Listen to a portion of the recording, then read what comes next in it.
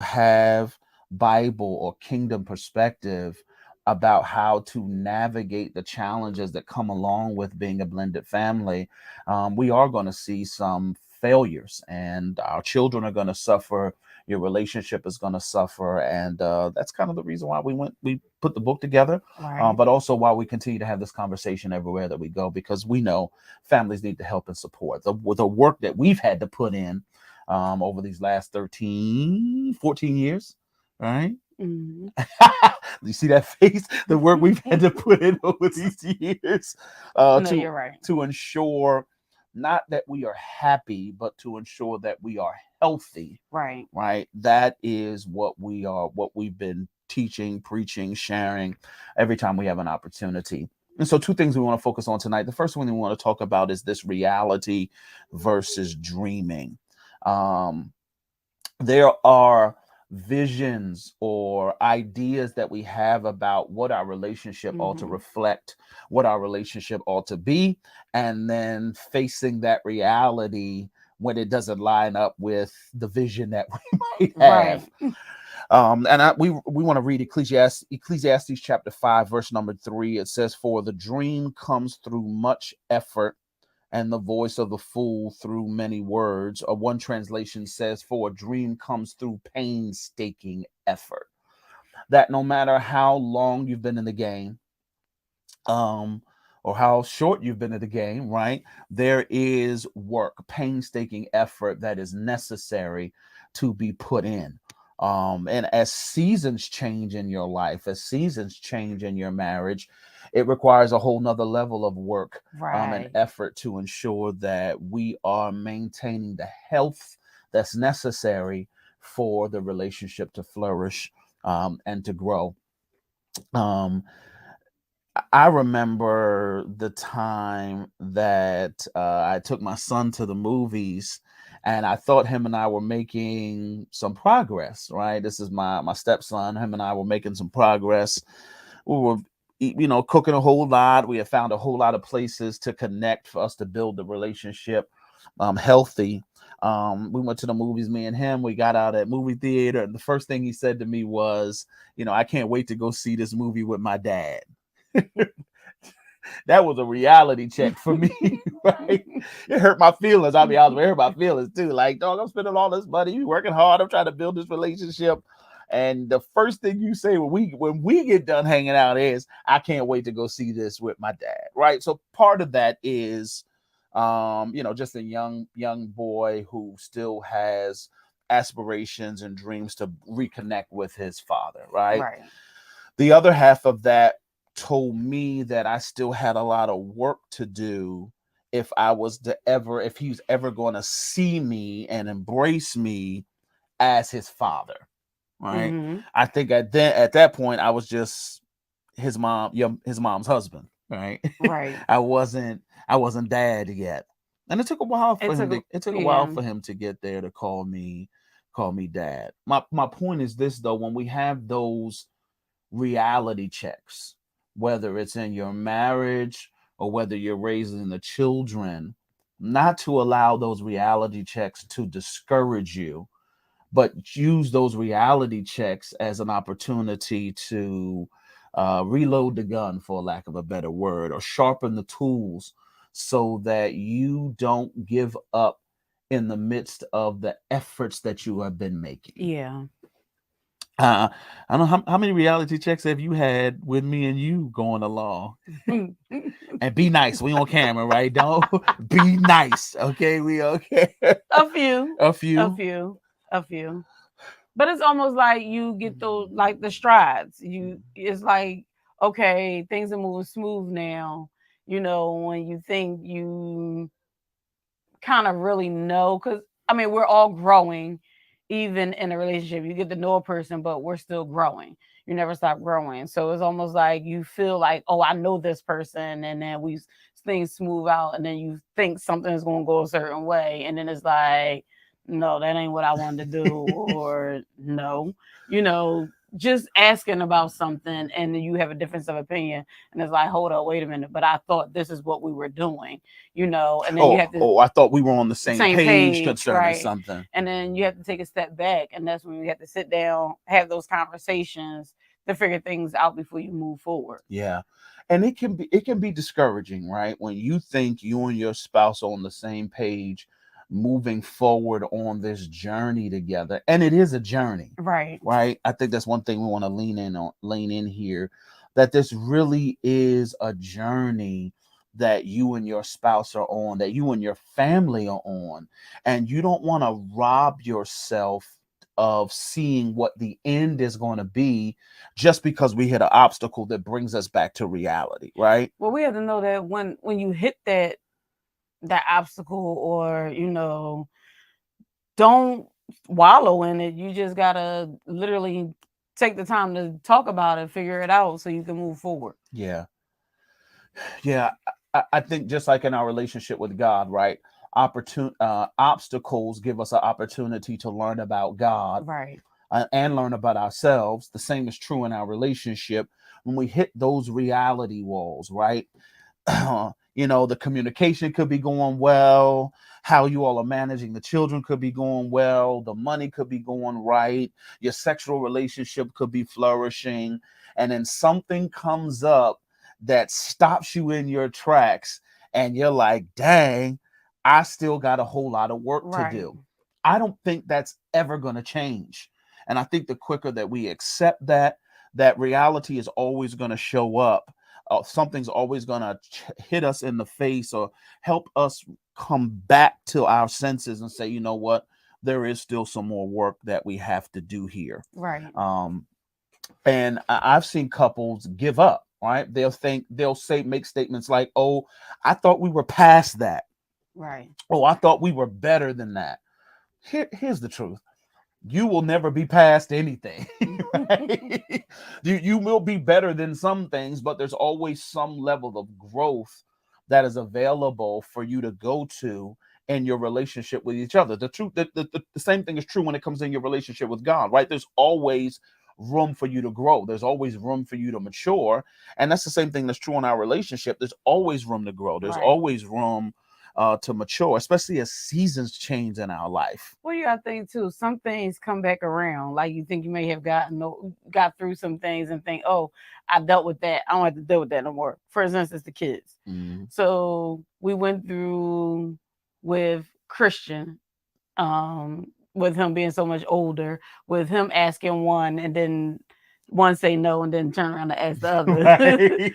So Right. Y'all know how they play that game off of each other, right? But now Christian 22, that was a long while ago before we dealt with that. Well, we just had to go through that again with the 7-year-old. Help us, Jesus. But you think you over those hurdles, and then here it is. We had to step back, readjust, have the conversation. Like, wait a minute. And I didn't realize I was a sucker. I didn't realize that. I didn't realize I was the chump, the softie. I did. Yeah, I thought I was the hard one, but I just realized a little while ago that you just realized. My kids come to me because they think I'm gonna say yes all the time. Yep. She's the no one. I'm the yes one, right? I didn't realize I was a sucker. She's been telling me for a while. I just didn't realize it. Well, when Vincent told you. Yeah, when he told me I was the chump, right? Daddy always say yes. Daddy always says yes, right? I found myself asking, well, what did your mom say? Did she say That's that? Right. That's right. Oh, God. But we thought we was old past that point, and then here it is. There it is. Had to go back around, and it was a little hiccup at first, the frustration, but even in the marriage, right? Our bodies change, our appetites change, our desires change. And the moment you feel like you've got your partner figured out, or you feel like you understand them, something's going to show up, Right. Whether it's a health challenge, whether it's an emotional blow, whether it's some trauma that shows up in their life. And what we're getting out here is that you don't ever throw in the towel of learning Right. each other. You never throw in the towel of trying to get a sense of who the person is. And the obstacles that we face are really an opportunity for us to learn each other again, Mm-hmm. right? To learn each other again and bring each other closer again. Right. Um, my body, we didn't hit this 40, right? I'm over this 40. Things change, right? Everything don't work as quick as it used to, right? I turn one way and my knee hurting, I turn another way, back hurting, right? Things change, appetites change, desires change. And if we aren't communicating with each other or giving each other space to ensure that there's freedom to Right. communicate, then we'll miss the opportunity to put that work in. And I think our challenge today is don't throw in the towel when that reality hits you in your marriage and even with your children, right? You can think your children are going along a great path, and then they do something totally against what you taught them, what you showed them, what you modeled in front of them. But that doesn't mean you throw in the towel and leave them to themselves. What it means is that I need to be able to go back and retool, reassess, communicate with my Right. spouse so that we can get back to a place of health in our relationship, and health in our marriage. And so reality versus dreaming says, I'm never going to stop. I'm never going to stop putting in the effort and putting in the work to ensure that my marriage stays healthy and that our family stays healthy. The other thing that we want to talk about tonight is about putting your marriage first. That's one of the challenges that we find when it comes to the family, Mm. especially, blended families or traditional families, right? Finding a way to ensure that this relationship is primary, Right. um, because work can really get in the way. Work, business, The kids' the activities. kids at the kids' activities, right? You end up working for them. Yeah, I did. I find myself sometimes questioning, who do I work for? Do I work for these babies, right? Right. But I think if you're not planned and intentional about putting the relationship first, Definitely have to be yeah, intentional. you got to be intentional. Life is just going to get in the way and snatch up, and you all will be like two strangers, passing each other in the night. And so you got to work at it, right? Let's talk about that word intentional, being intentional about putting your marriage first, right? So, there's rules that we have, that we shut down the house at a certain time, where we shut down them babies at a certain time, throughout the week, depending on what's going on. We got a lot of activities, extracurricular stuff, business stuff, ministry stuff, on top of the regular job, right? But there has to be a effort, an intentional effort to shut down, put them kids to bed, shut everything down, so that we just have time For for each us, other. right. Yeah. And if you're not intentional about it, life is just it's going to get in the way. So that's one thing we do. One thing we do is we shut down the kids at night around 8:30. After that, it's adult time. It's Right. adulting time. Or even and being intentional on date nights. Yeah. You know, just like you have on a calendar what the kids got going on, all their activities, everything that we have to be at. We also make sure that we put down on the calendar this is what we're going to do. We're going on a date. We're going to get a sitter. They going to do their own thing, and we are definitely going to make time for each other. Yeah. If it's not planned and it's not intentional, it's not going to happen. If you've got all the things going on, like we got all the things going on in our lives, if we don't plan, it is not going to Right. happen, right? There's a shared calendar that we use on our phones. We use a Google Calendar on our phone. We put all the appointments in there. Doctors, business stuff that she got going The on, school stuff. all the school stuff is on there.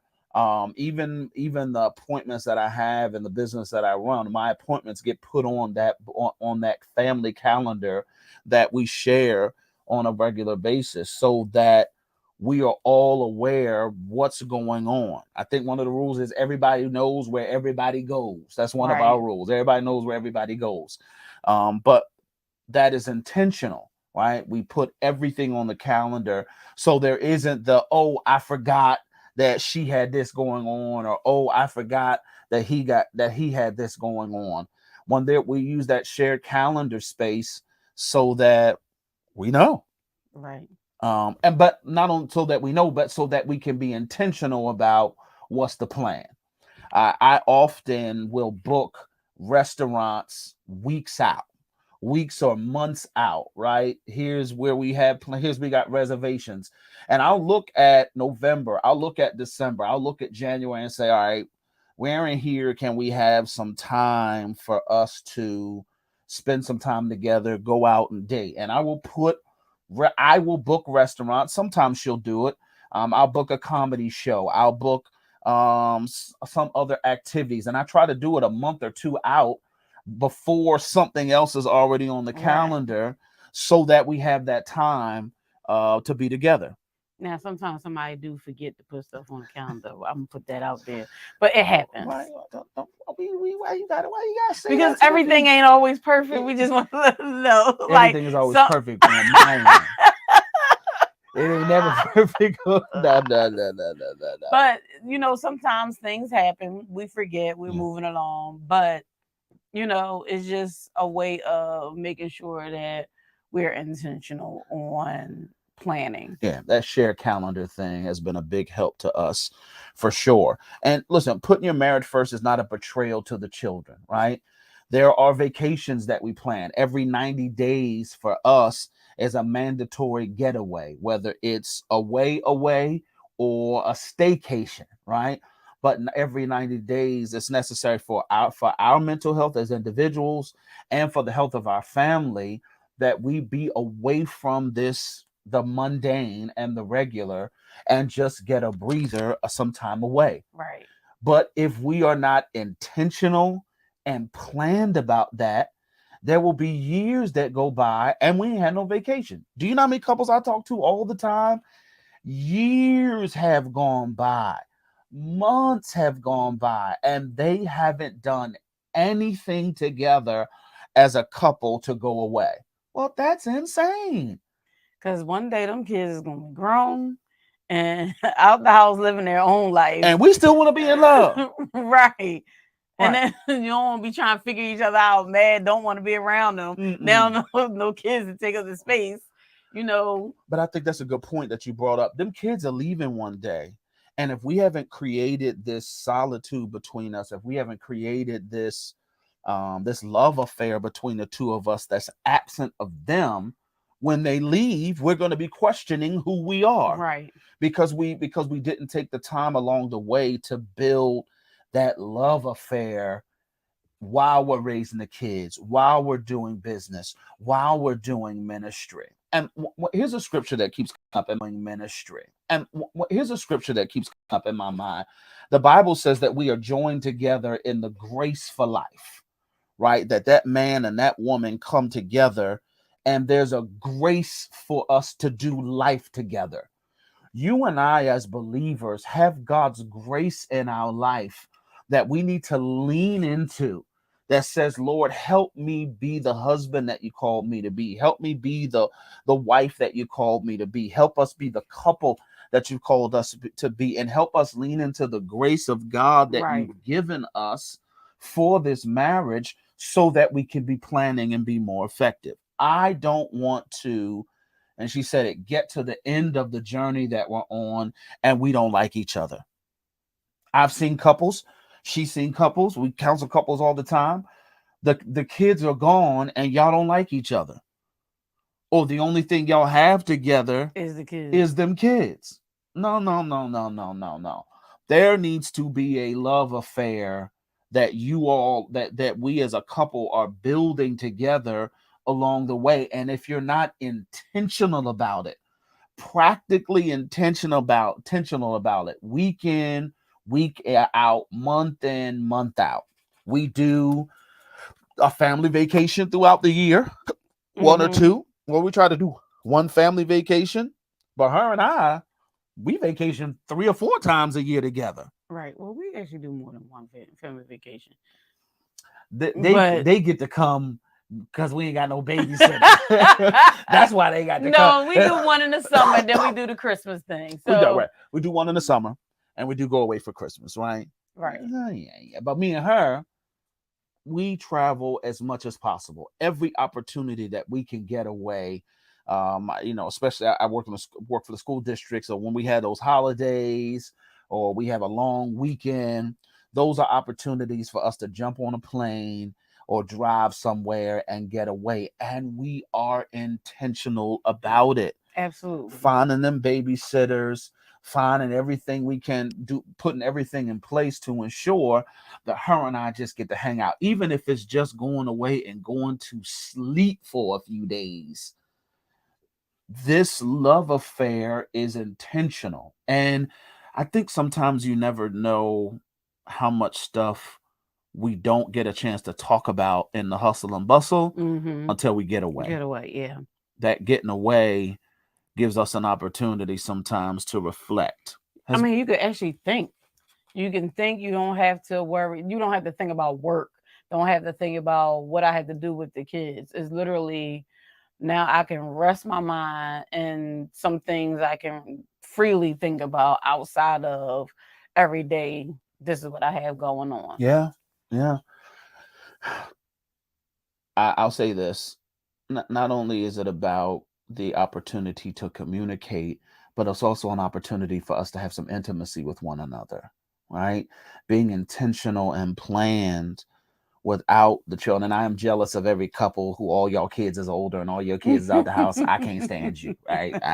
I'm jealous. I'm hating hard. God bless you. We gonna get there one day, right?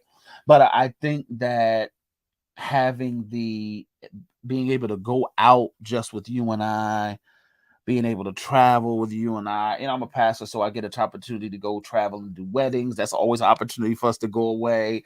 If I travel to do some preaching, find somewhere for the kids to go, as me and you gonna hang out, right? So but those opportunities are opportunities for us to build the intimacy that we don't get to build all the time through the week.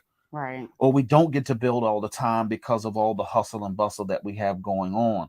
And so we are intentional, and our challenge is for you all to be intentional.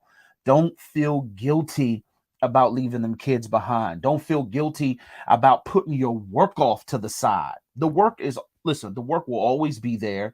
It's always going to be there's always going to be work to be done. But if you're not intentional about building that intimacy and building that time and scheduling that time, your marriage is going to suffer down the line. You don't want the kids to leave and you got two strangers because you didn't take the time to build that intimacy together. Yeah. And so we work hard at it, right? We work hard at finding that balance between work and play. And one of our rules is work hard, play hard. That's the rule. And we work hard. And so we're intentional about planning that much harder, right? We're already looking at 2023. We're going away in February. We're going away in April. We're going away in June. We're going away in October. We're going to go away in December again next year, right? One of the seasoned couples that I really respect taught me, and one of the things that we brought into our marriage is we put our vacations on the calendar first and we plan everything around that. All right. Mm-hmm. I know some people think, oh, what about God? God wants you to rest. He wants you to rest. He does want you to vacation and enjoy yourself. But one of the things that we do is we schedule our vacations first, and everything else, business, kids' activities, the ministry, shababa, it all comes behind what we have going on here. Because but this is the thing. If we don't get the rest, you don't get the decompress. You're no good for any of those You're things. not. You're not going to be any good for ministry. Not going to be any good for your work. You're not going to be any good for your kids because burnout happens and people forget about that. Yeah. So and it won't be good for the marriage. So we have to be intentional about taking those vacations.